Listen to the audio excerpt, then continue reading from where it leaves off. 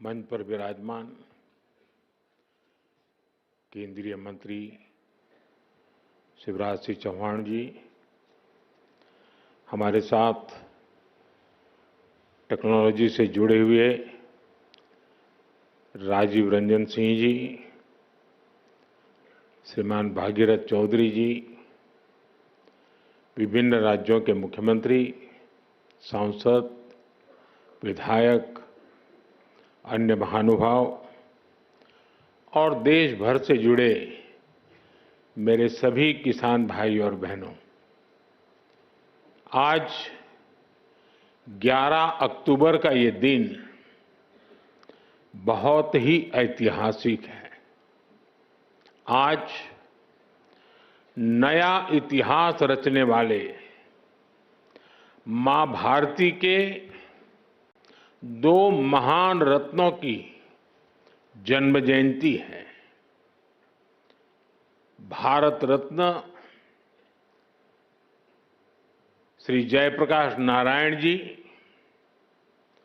और भारत रत्न श्री नानाजी देशमुख, ये दोनों ही महान सपूत ग्रामीण भारत की आवाज थे। लोकतंत्र की क्रांति के अगुवा थे। किसानों और गरीबों के कल्याण के लिए समर्पित थे। आज इस ऐतिहासिक दिन देश की आत्मनिर्भरता के लिए,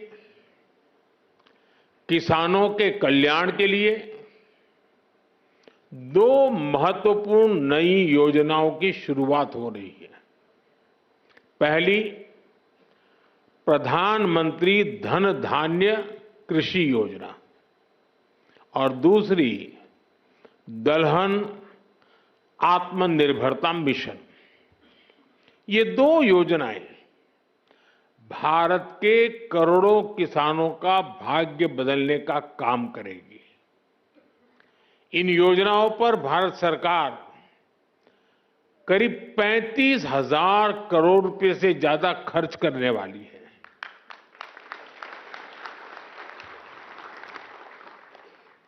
मैं सभी किसान साथियों को पीएम धन धान्य कृषि योजना और दलहन आत्मनिर्भरता मिशन के लिए बहुत बहुत बधाई देता हूं। साथियों, खेती और किसानी हमेशा से हमारी विकास यात्रा का एक प्रमुख हिस्सा रही है। बहुत जरूरी होता है कि बदलते समय के साथ खेती किसानी को सरकार का सहयोग मिलता रहे, लेकिन दुर्भाग्य से पहले की सरकारों ने खेती किसानी को अपने हाल पर ही छोड़ दिया था। सरकार की तरफ से कृषि को लेकर कोई विजन ही नहीं था, कोई सोच ही नहीं थी। खेती से जुड़े अलग अलग सरकारी विभाग भी अपने अपने तरीके से काम करते थे और इस वजह से भारत की कृषि व्यवस्था लगातार कमजोर होती जा रही थी।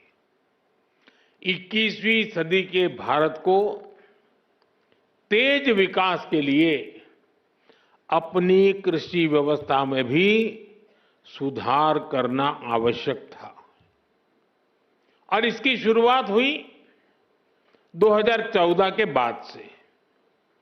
हमने खेती को लेकर पुरानी सरकारों के लापरवाह रवैये को बदल दिया। हमने आप सभी किसानों के लिए, उनके हित में बीज से लेकर बाजार तक अनगिनत रिफॉर्म किए, सुधार किए। इसके परिणाम आज हमारे सामने है। बीते 11 वर्षों में भारत का कृषि निर्यात करीब करीब 2 गुना हो गया।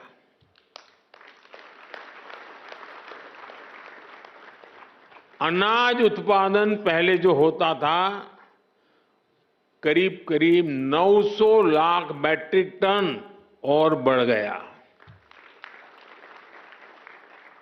फल और सब्जियों का उत्पादन 640 लाख मैट्रिक टन से ज्यादा बढ़ गया। आज दूध उत्पादन में हम दुनिया में नंबर 1 है। भारत दुनिया का दूसरा बड़ा फिश प्रोड्यूसर है। भारत में शहद उत्पादन भी 2014 की तुलना में 2 गुना हो गया है। अंडे का उत्पादन भी बीते 11 वर्षों में डबल हो गया है। इस दौरान देश में 6 बड़ी फर्टिलाइजर फैक्ट्रियां बनाई गई हैं। 25 करोड़ से ज्यादा सॉइल हेल्थ कार्ड किसानों को मिले हैं। 100 लाख हेक्टेयर में सूक्ष्म सिंचाई की सुविधा पहुंची है। पीएम फसल बीमा योजना से करीब 2 लाख करोड़ रुपए, यह आंकड़ा छोटा नहीं है, 2 लाख करोड़ रुपए क्लेम के रूप में किसानों को मिले हैं। बीते 11 साल में 10,000 से ज्यादा किसान उत्पाद संघ एफपीओज बने हैं।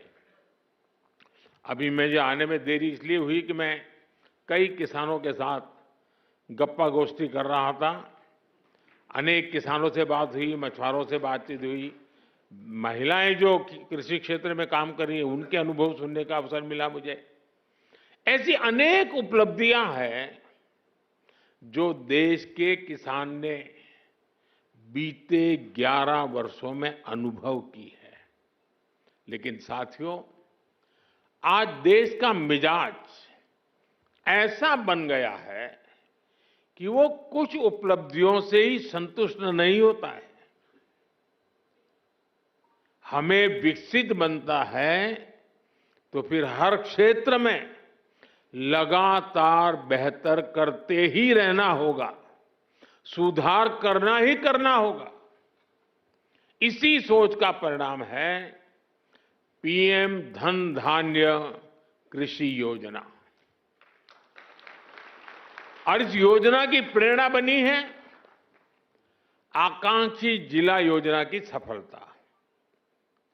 पहले की सरकारें देश के 100 से अधिक जिलों को पिछड़ा घोषित करके भूल गई थी। हमने उन जिलों पर विशेष ध्यान केंद्रित किया, उनको आकांक्षी जिला घोषित किया। इन जिलों में बदलाव का हमारा मंत्र था कन्वर्जेंस, कोलैबोरेशन और कंपटीशन। यानी पहले हर सरकारी विभाग अलग अलग योजनाओं, जिले के हर नागरिक, सबको जोड़ो, फिर सबका प्रयास के भाव से काम करो और उसके बाद बाकी जिलों के साथ स्वस्थ स्पर्धा करो। इस अप्रोच का फायदा आज दिख रहा है। साथियों, इन 100 से ज्यादा पिछड़े जिलों में,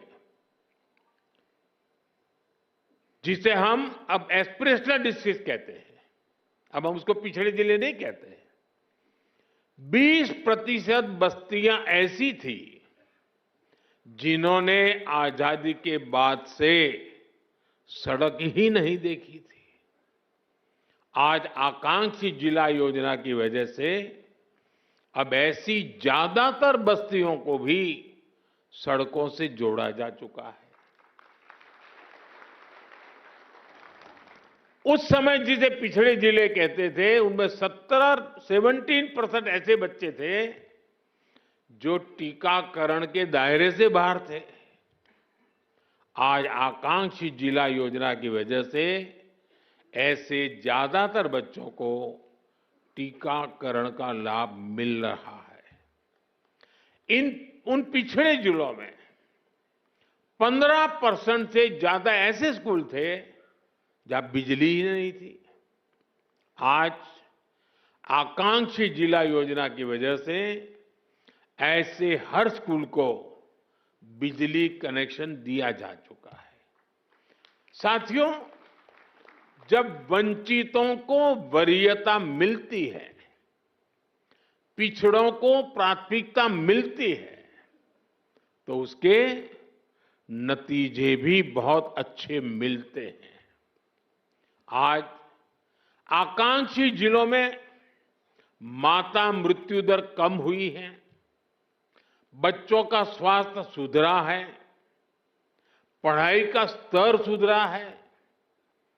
कितने ही पैरामीटर्स में ये जिले अब अन्य जिलों से बेहतर कर रहे हैं। साथियों, अब इसी मॉडल पर हम खेती के मामले में पिछड़े देश के 100 जिलों का, जो खेती के क्षेत्र में बाकी चीजों में आगे होंगे, ऐसे 100 जिलों का हम विकास करना चाहते हैं, उस पर ध्यान केंद्रित करके काम करना चाहते हैं। पीएम धन धान्य कृषि योजना की प्रेरणा वही आकांक्षी जिलों का मॉडल है।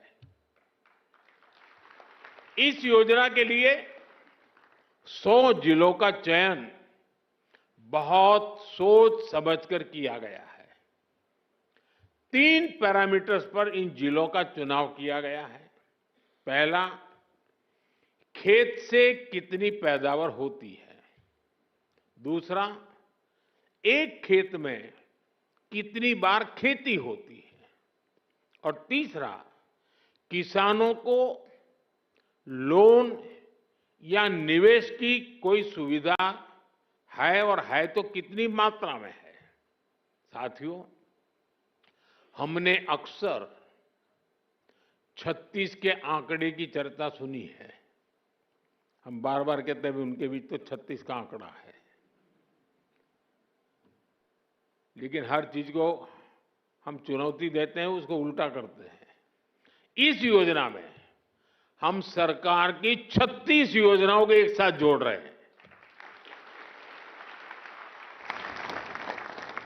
जैसे प्राकृतिक खेती पर राष्ट्रीय मिशन है, सिंचाई के लिए पर ड्रॉप मोर क्रॉप अभियान है, तेल उत्पादन को बढ़ाने के लिए तिलहन मिशन है, ऐसी अनेक योजनाओं को एक साथ लाया जा रहा है।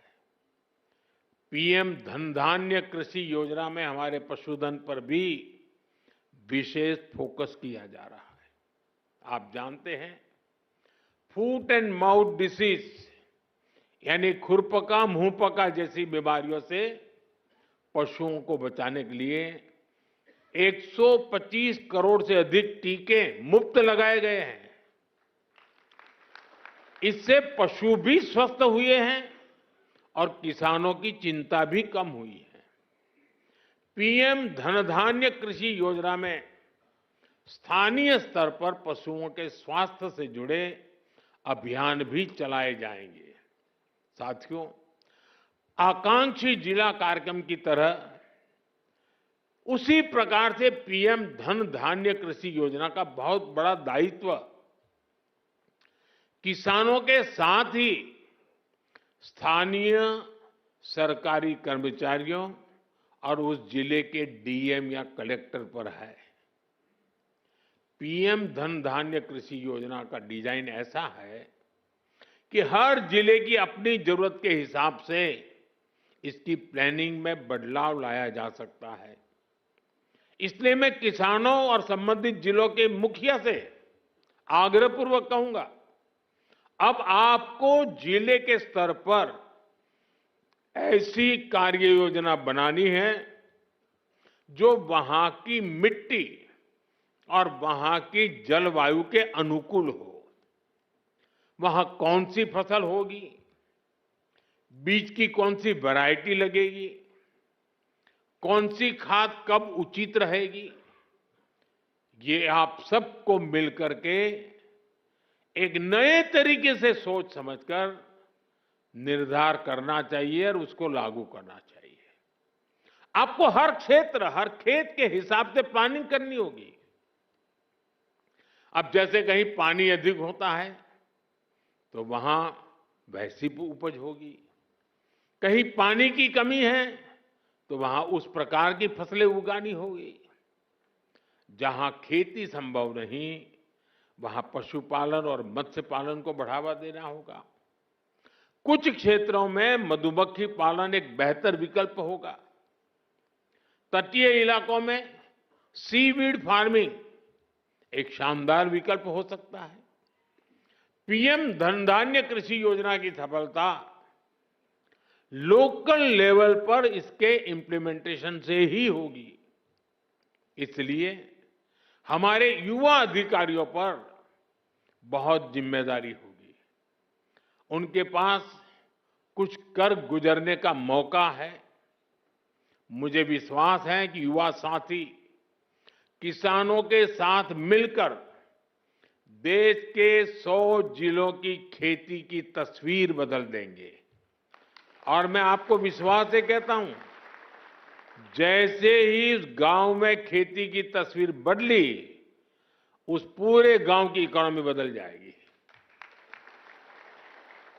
साथियों, आज से दलहन आत्मनिर्भरता मिशन भी शुरू हो रहा है। ये सिर्फ दाल उत्पादन बढ़ाने का मिशन नहीं है, बल्कि हमारी भावी पीढ़ी को सशक्त बनाने का भी अभियान है। जैसे मैंने अभी पहले कहा, बीते सालों में भारत के किसानों ने रिकॉर्ड खाद्यान्न उत्पन्न किया है। गेहूं हो, धान हो, आज भारत दुनिया के सबसे बड़े उत्पादकों में से एक है। लेकिन साथियों, हमें आटे और चावल से भी आगे बढ़कर सोचना ही होगा। हम अपने घर में भी आटे और चावल से गुजारा नहीं करते, और भी चीजें जरूर पड़ती हैं। आटा चावल से भूख तो मिट सकती है, लेकिन पर्याप्त पोषण के लिए हमें और चीजों की जरूरत होती है। उसके लिए हमें योजना करनी होती है। आज भारत को, और खास करके जो वेजिटेरियन आदि प्रकृति के लोग हैं, उनके पोषण के लिए प्रोटीन बहुत महत्वपूर्ण है। अन्य भी चीजों की जरूरत होती है, उसमें एक प्रोटीन भी है। हमारे बच्चों को, हमारी भावी पीढ़ी को उनके शारीरिक विकास के लिए और उसके साथ मानसिक विकास के लिए भी प्रोटीन का उतना ही महत्व है। और स्वाभाविक है, खास करके जो वेजिटेरियन लोग हैं, और हमारे देश में काफी बड़ा समाज है, उनके लिए तो दाल ही प्रोटीन का सबसे बड़ा सोर्स होता है। पल्सेस ही से उसका रास्ता होते हैं। लेकिन चुनौती ये भी है कि भारत आज भी, हम कृषि प्रधान देश तो है,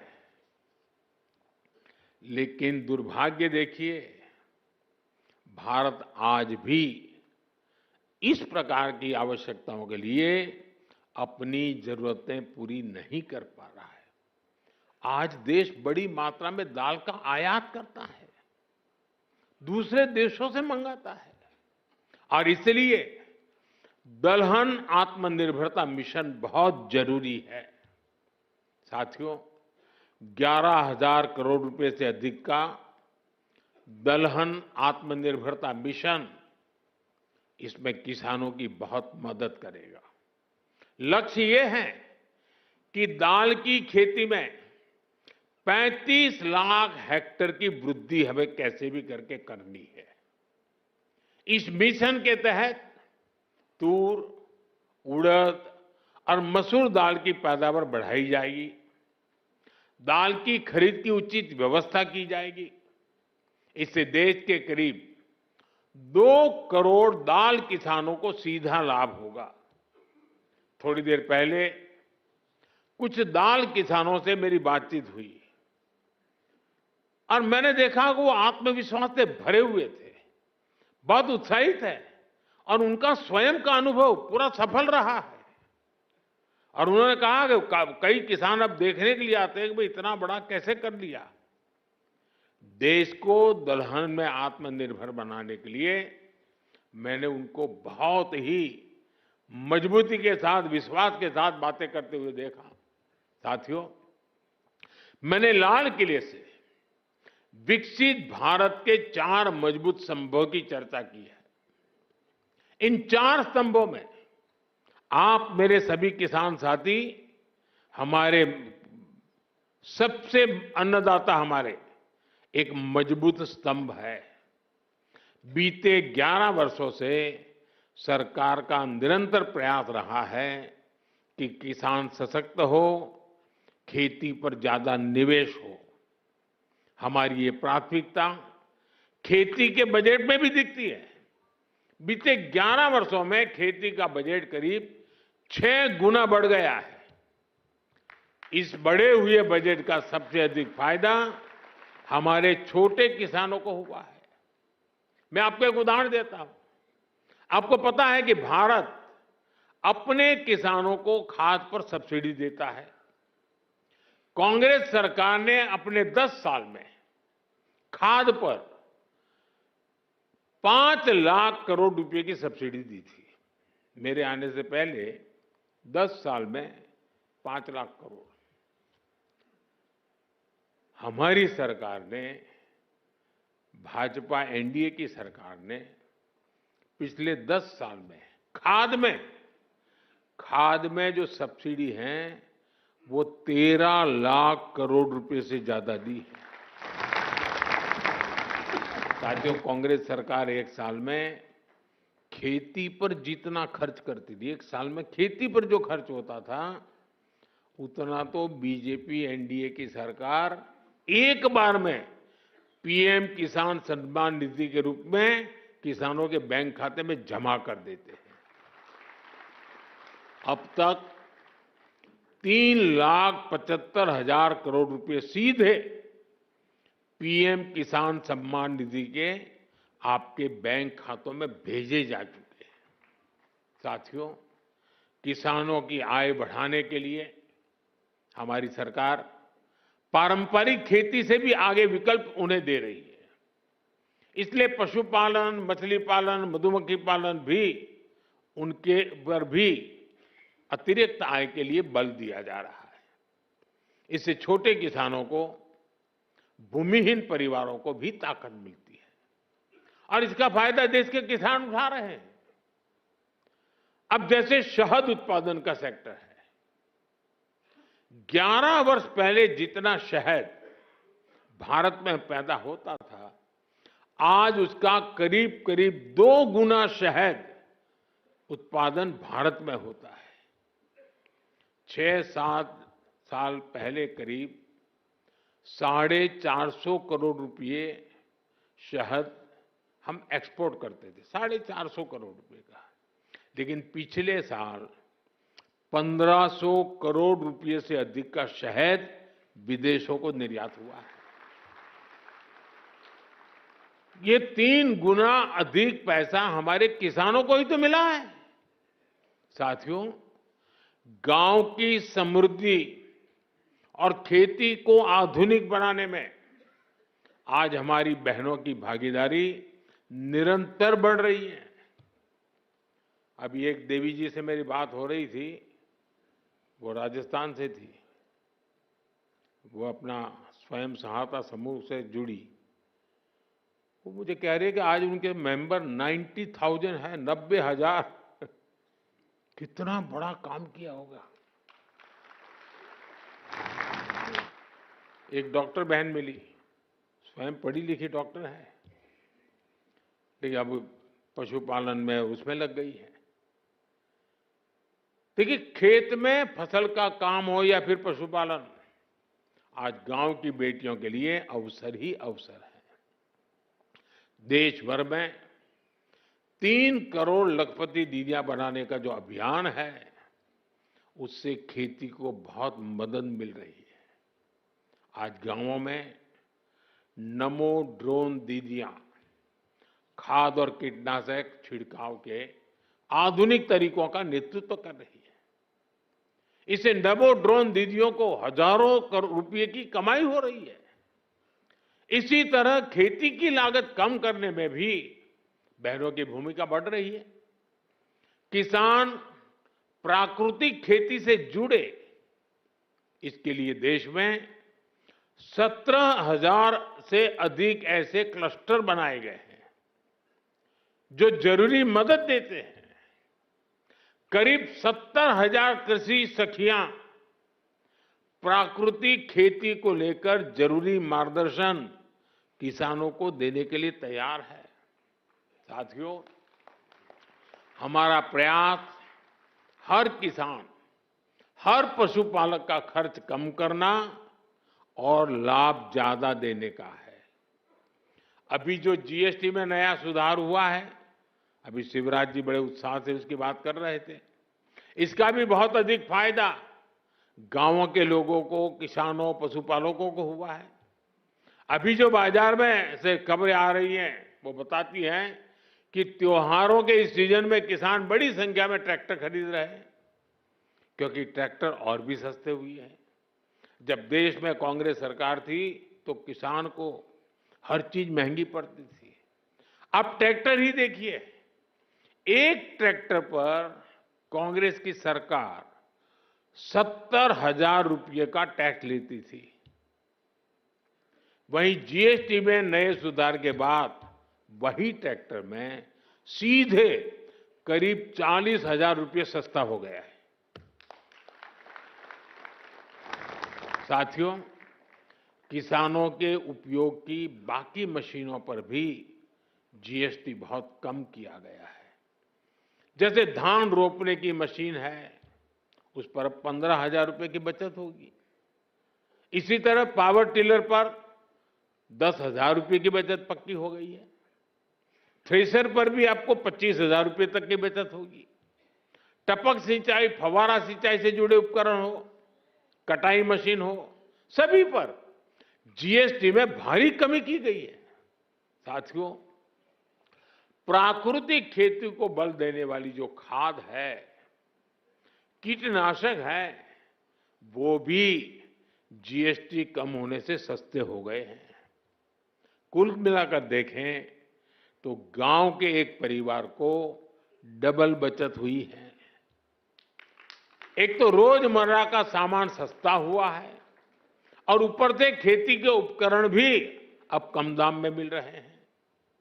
मेरे प्यारे किसान साथियों, आपने आजादी के बाद भारत को अन्न उत्पादन में आत्मनिर्भर बनाया। अब विकसित भारत बनाने में आपकी बहुत बड़ी भूमिका है। एक तरफ हमें आत्मनिर्भर होना ही है, दूसरी तरफ हमें वैश्विक बाजार के लिए भी उत्पादन करना है। अब हमें दुनिया के दरवाजों पर दस्तक देनी है। दोस्तों, हमें ऐसी फसलों पर भी बल देना है जो दुनिया की मंडियों में छा जाए। हमें आयात कम करके ही रहना है और निर्यात बढ़ाने में कोई पीछे नहीं रहना है। पीएम धन धान्य कृषि योजना, दलहन आत्मनिर्भरता मिशन, ये दोनों इसमें बड़ी भूमिका निभाएंगे। आज इस महत्वपूर्ण अवसर पर एक बार फिर इन योजनाओं के लिए मेरे किसान भाई बहनों को मैं अनेक अनेक शुभकामनाएं देता हूं। आपको आने वाली दिवाली के पर्व की भी बहुत बहुत शुभकामनाएं देता हूं। बहुत बहुत धन्यवाद।